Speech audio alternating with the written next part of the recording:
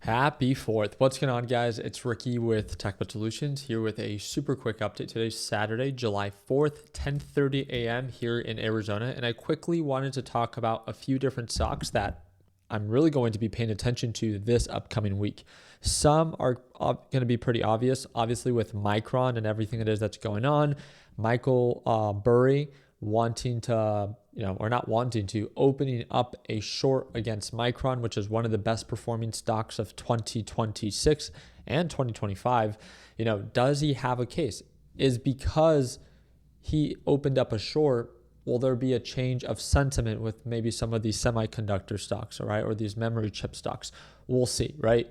This is definitely going to be at one of the top of my watch list, and to see if we begin to get more continuation below the moving average, because again, we talked about this before.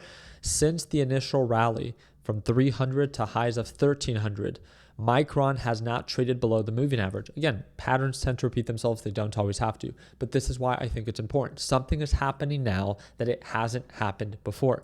It has pulled back enough and it hasn't made enough progress on the upside recently that now, again, buying pressure and momentum might be slowing down. There could be a shift of sentiment. But again, it still can be way too early, as Michael Burry often tends to be too early. So that's what I really want to look out for.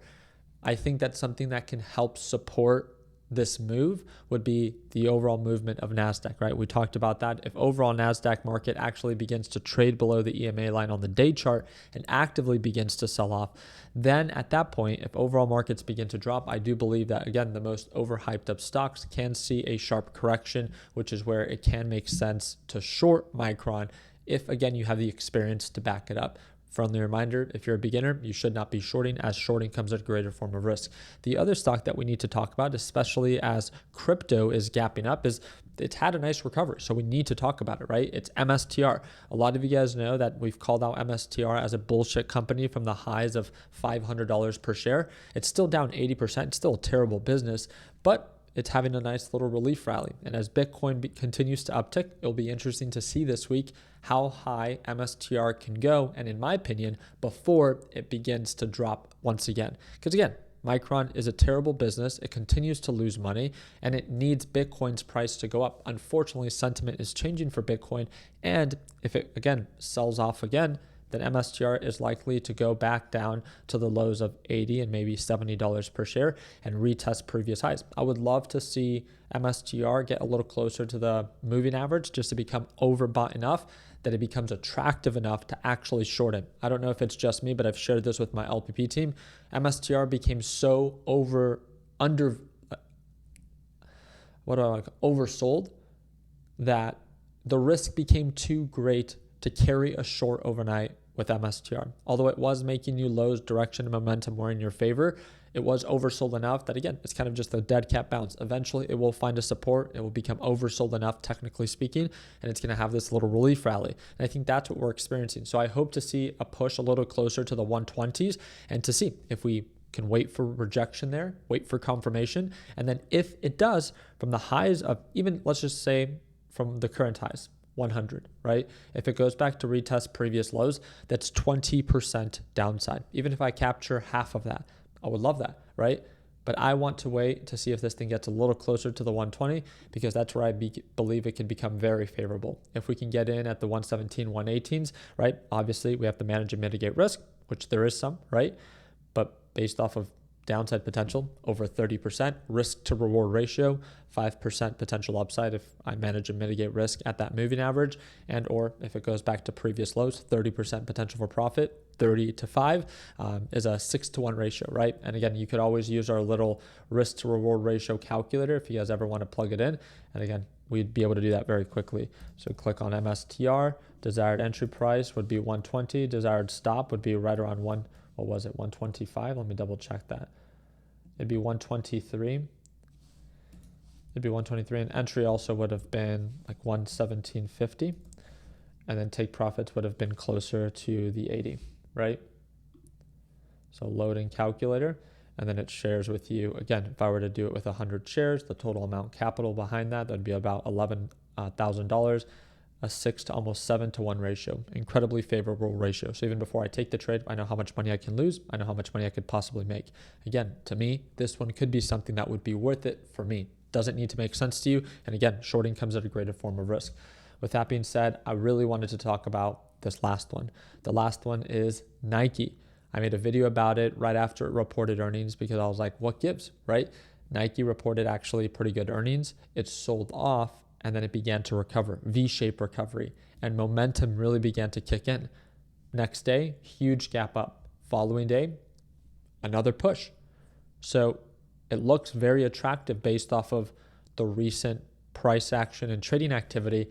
But if you zoom out, you're kind of like, like this stock is so bearish. It's literally been selling off for years, literally since 2021. So that is kind of what I want to ask myself is, right, I was entertaining the idea of possibly wanting to invest long-term into Nike because if you actually not just look at it technically speaking, right, and the one thing that is highlighted is that Nike has now hit lows since 2014. It's at 11-year lows. With that being said, again, I wanted to pull it up very quickly. Nike, when you plug it into the Investing Pro software, you can see that there's huge upside based off of fair value analysts. It trades at a pretty low P ratio, nothing crazy, 21 times. Again, its net income and its revenue has been kind of flat. And if you look into the actual growth quarter over quarter, you can see that it's kind of beginning to find its bottom. So maybe the idea of, going long on it long term now before it actually begins to uptick can be something that can be favorable long term. Again, I'm thinking about an investment for my 4-year-old daughter and my 8-month-old son. I think this is something that if I can buy it when there's a lot of fear and a lot of uncertainty and it's at 11-year lows, what is it going to look like 11 years from now? Now, again, it's been selling off for 4 to 5 years, right?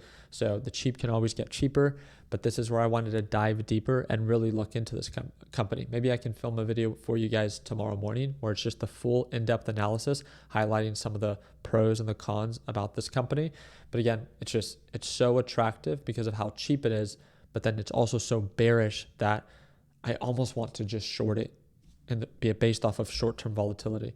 It did have a really nice relief rally, but it's so consistent in its sell-off that I almost just view this as a gap up to retest previous highs, get rejected, and then go back to retest previous lows. That is why it's going to be at the top of my list. I want to see if it's going to continue to uptick to retest the same previous resistance of $46 per share. As again, patterns tend to repeat themselves. They don't always have to, but this is a common resistance range. So it's something to pay attention to. And if it does get rejected here, what happens? Is it going to sell off just like before? Because if it does from its current levels, if it goes back to retest previous lows, it offers about 10% downside. So again, even if I capture half of that, I would love the opportunity to be able to trade this if it makes sense based off of recent short-term volatility. So in the short term, I'm open to the idea of shorting it because of how consistently bearish it is. But long term, I can see the deal factor. It is such an attractive deal, which is why I want to pay attention to it. I want to learn more about it fundamentally. What were the concerns, the pain points, and to see if it's began to really solve that problem.